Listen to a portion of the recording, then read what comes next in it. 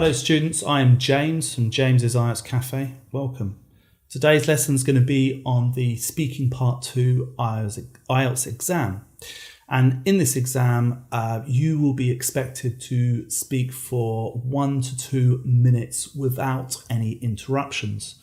Today's lesson, we're going to be looking at getting a high score of 8. Now, many of you may not need an 8, but if you can push yourself to a higher score, you may be able to get a little bit lower score in order to get what you want. We're going to look at strategies and how to get that high score, and I'm also going to give a demonstration of the speaking exam. Right, so the first strategy we're going to look at is taking notes. This is a question card, and the examiner will give you 1 minute. And he will give you a pen and paper, and it is suggested that you take notes. So this is the main part of the question card. Describe an area of your country you know and like.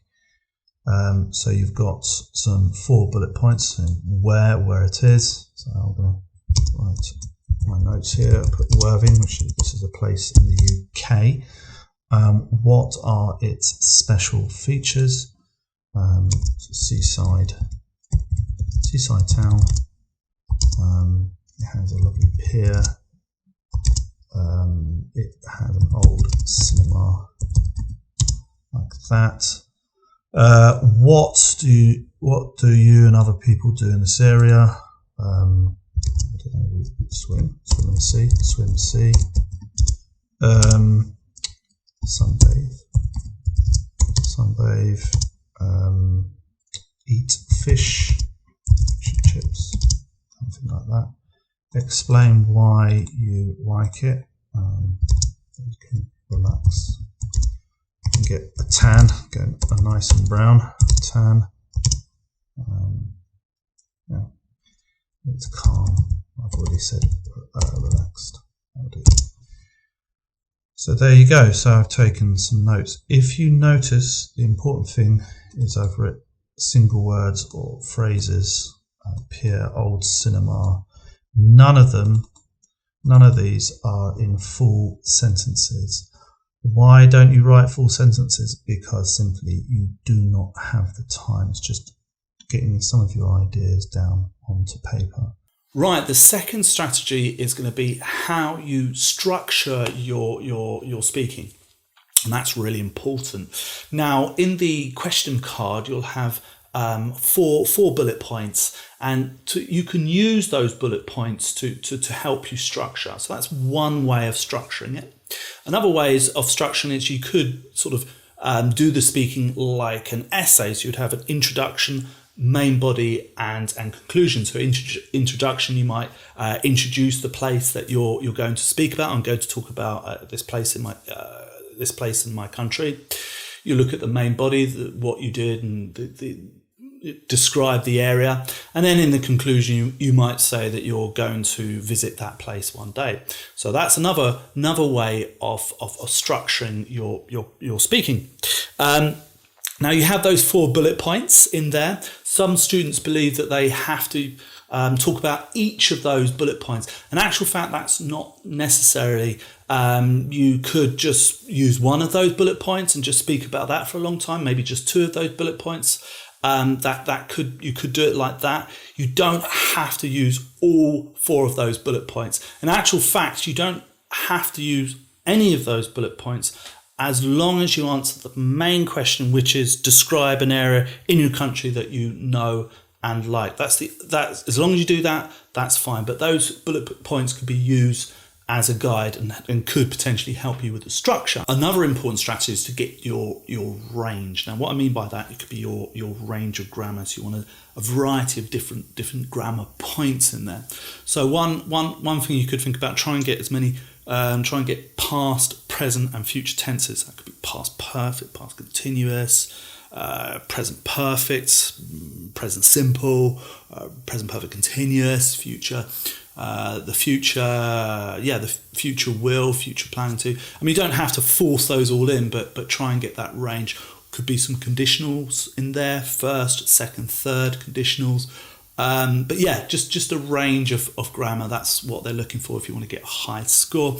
Also, another way of getting a high score is that range of vocabulary. That could be phrasal verbs, idiomatic language, expressions, phrases, slang in there. The idea is to try and sound like a native. The next thing is to extend your points. Now, what I mean by that, don't just simply list all the types of things that you can do in that part of your country.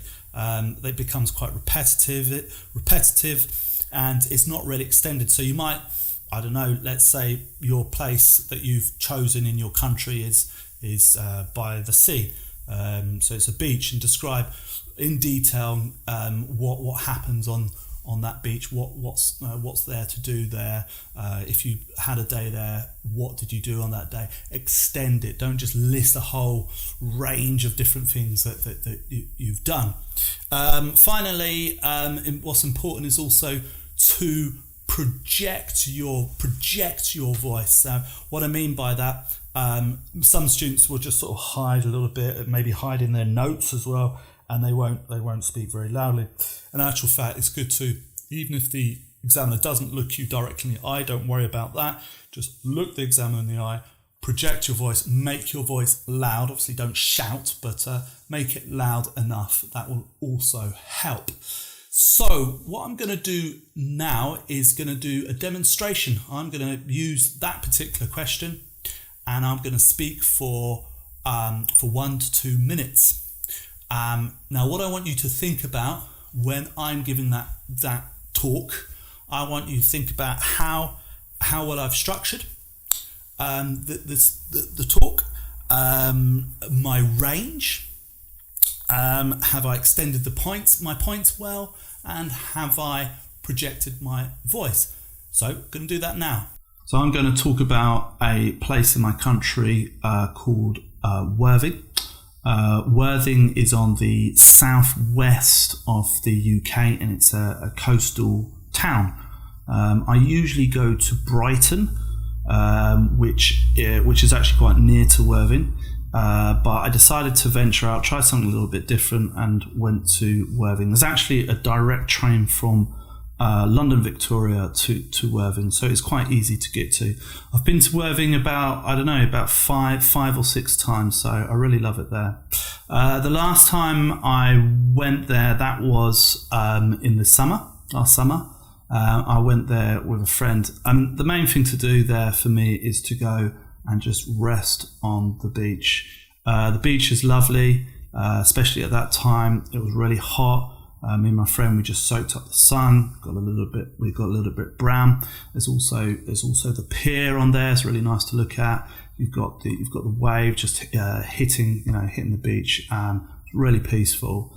And actually, at that time, I'd forgotten to take my swimming trunks.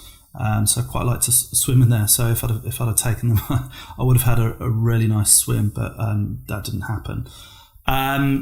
Another thing, what we did, we went and had fish and chips. So there's a really famous fish and chip shop. It's actually won awards in Worthing. I think it's called Chipwick. Had that. It's quite expensive fish and chips, but really good quality. Absolutely amazing. Loved it.